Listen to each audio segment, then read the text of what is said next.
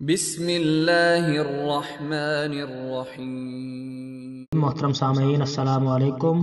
آپ حضرات سے گزارش ہے کہ احادیث رسول صلی اللہ علیہ وسلم سننے اور پڑھنے کے بعد ان پر عمل کرنے کی کوشش کیا کریں اور ثواب کی نیت کے ساتھ آگے بھی شیئر کر دیا کریں۔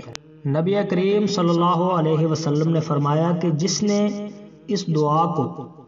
اس دعا کے الفاظ پر یقین رکھتے ہوئے دل سے ان کو کہہ لیا اور اسی دن اس کا انتقال ہو گیا شام ہونے سے پہلے تو وہ جنتی ہے، اور جس نے اس دعا کے الفاظ پر یقین رکھتے ہوئے رات میں ان کو پڑھ لیا تو پھر اس کا صبح ہونے سے پہلے انتقال ہو گیا تو وہ جنتی ہے۔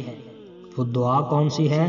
اللہم انت ربی لا الہ الا انت خلقتنی وانا عبدک وانا علی عہدک ووعدک ما استطعت اعوذ بک من شر ما صنعت ابوء لک بنعمتک علی وابوء بذنبی فاغفر لی فانہ لا یغفر الذنوب الا انت۔ یہ دعا ہے جو کہ عام طور پر 5واں کلمہ جو ہے وہ اس کے نام سے بھی مشہور ہے کہ سید الاستغفار، مغفرت مانگنے کے سب کلمات کا سردار ہے۔ تو رسول اکرم صلی اللہ علیہ وسلم نے فرمایا جو اس دعا کو صبح کے وقت حالت یقین کے ساتھ اور شام کے وقت اس پر یقین رکھتے ہوئے پڑھ لے تو وہ جب مرے گا تو وہ جنتی ہوگا۔